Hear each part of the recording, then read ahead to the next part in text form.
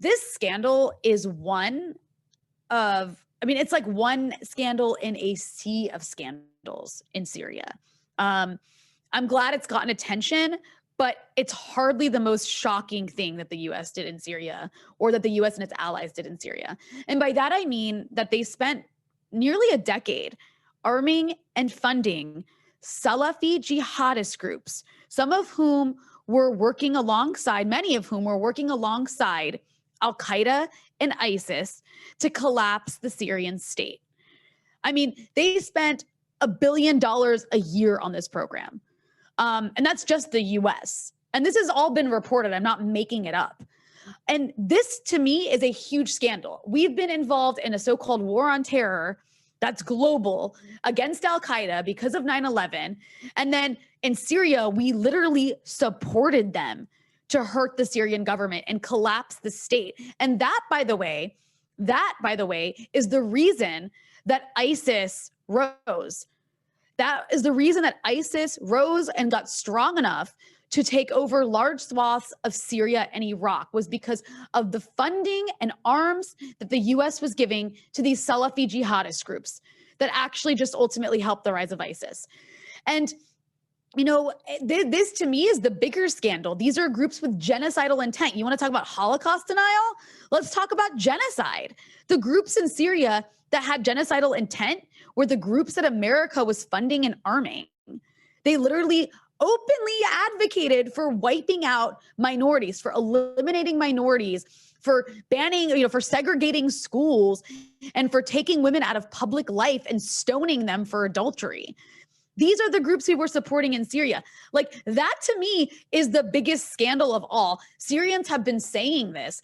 And I don't know why that's not as big a scandal as the OPCW cover up, because, that, which is important too. I'm not saying it's not important. I just don't know why this has become the focal point of the conversation around Syria. Because Syria now, in the aftermath of this disgusting, horrible war that was imposed on it by outside forces, Syria now has been split. It's like been balkanized. A third of the country is under the occupation of the US and its proxies.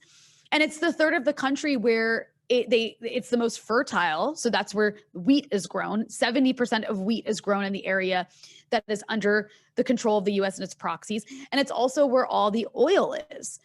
And so and then the north of Syria is Idlib, is under the control of jihadist groups, for the former Al-Qaeda affiliate in Syria, which now calls itself Hayat Tahrir al-Sham, is now in charge of northern Syria with the help of Turkey.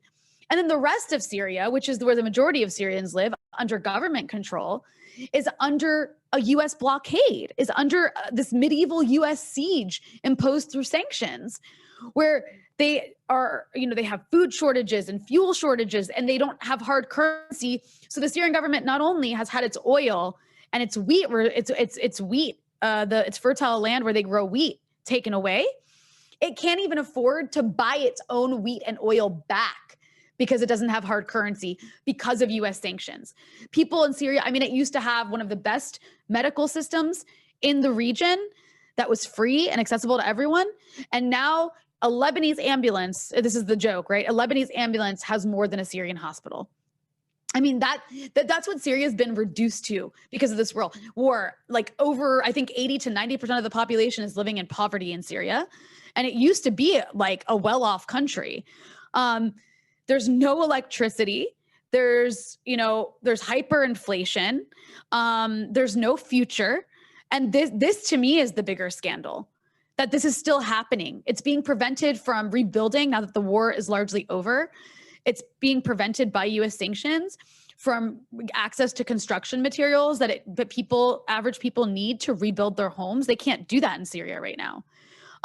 This to me is a scandal. The fabric of that society has been completely shattered by what the US and its allies, Saudi Arabia and Qatar and Turkey, did to Syria. It is the scandal of the century.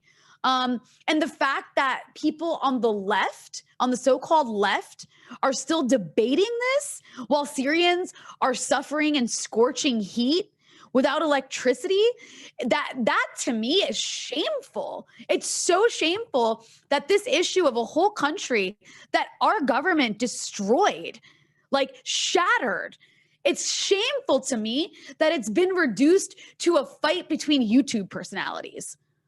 One issue that I think the empire's really been able to weaponize is the issue of the Kurds specifically, because I've seen a lot of people on the left say that they essentially support some form of US intervention or just take the anti-Assadist stance because they want to support the Kurds and the nominally socialist project that's happening in Kurdistan. Actually, when I interviewed Noam Chomsky, he also seemed to be somewhat favorable of US forces in Syria to protect the Kurds from Turkey specifically is what he was saying. But regardless, seemed to be kind of giving some cover to US imperialism. It just seems, I guess, a little counterintuitive, you know, because you've been so outspoken against the U.S. acting as a global police force, especially in concert with NATO. I'm not opposed to the police either. If my house gets robbed, I call the police. Okay? I'm against the police when they shoot people. But these social and political world is not an axiom system where there are simple rules that you just follow rigorously. It doesn't make any sense. Life's much too complicated for that. You have to ask about the consequences of the policies you're talking about. So it takes a contingent of U.S. troops in Rojava, the Kurdish areas. I don't want to see U.S. forces abroad. I also don't want to see Kurds massacred. Okay? You have to make a choice sometimes. Just wondering what your take is on that, on the Kurds specifically, and again, how that issue has really been weaponized to support U.S. imperialism. So we need to separate a couple things, because this is where the left gets confused. And, you know, I don't expect Noam Chomsky to know. I think Noam Chomsky is getting his views from people around him that he trusts on these issues, but I think he's wrong. The U.S. helping arm people to fight ISIS, I wasn't opposed to that. The U.S. helped the Iraqi state, even after causing the problem. Okay, it's like the U.S. set the fire in the first place, but then realized, oh crap, this fire is actually a threat to our national security, and it got out of control. And now we need to put it out. We need to help put it out. But let's be clear: the people who fought and died the most fighting ISIS were not American soldiers. They were the Iraqis, including the Iraqi Popular Mobilization Forces, who the U.S. calls Iranian-backed militias, even though they're Iraqi, was Syrian army soldiers, who the U.S. actually supported the killing of and was happy to see ISIS killing and wanted to use ISIS, as we saw John Kerry say, as leverage against Assad, as Syrian soldiers were dying fighting ISIS. Don't worry, I think that should come back on. My electricity goes out every once in a while. There it goes. This is what happens. It'll come back on in a second. Okay. This is what happens when you live in a country, in a region that is suffering under U.S. sanctions. Your electricity just fucking goes out. Anyways, so we have Iraqis, Syrian army soldiers. Hezbollah fought and died fighting ISIS and its clones, including Al-Qaeda or Al-Nusra. And you also had the YPG, the Kurds, as everybody, you know, calls them, even though there isn't like, this is also funny to me, is there isn't like one group of Kurds. There's several groups of Kurds, right? The YPG is one group of Kurds that is essentially the Syrian affiliate of the Turkish Kurdish PKK, which is like a cult.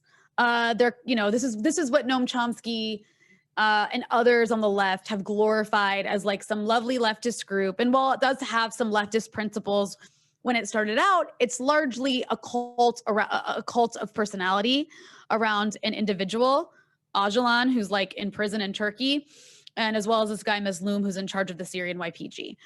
The Kurds also have, you know, the YPG fights with other Kurds. There's the Iraqi Kurds in northern Iraq, in what they call Iraqi Kurdistan, which is largely under the control of the Barzani clan, which is allied with the U.S. and Israel and all of these imperial forces, and allied with Turkey most of the time.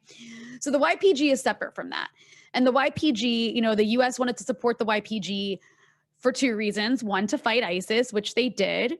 And they did a good job of doing with US weapons and being able to call in US airstrikes and stuff.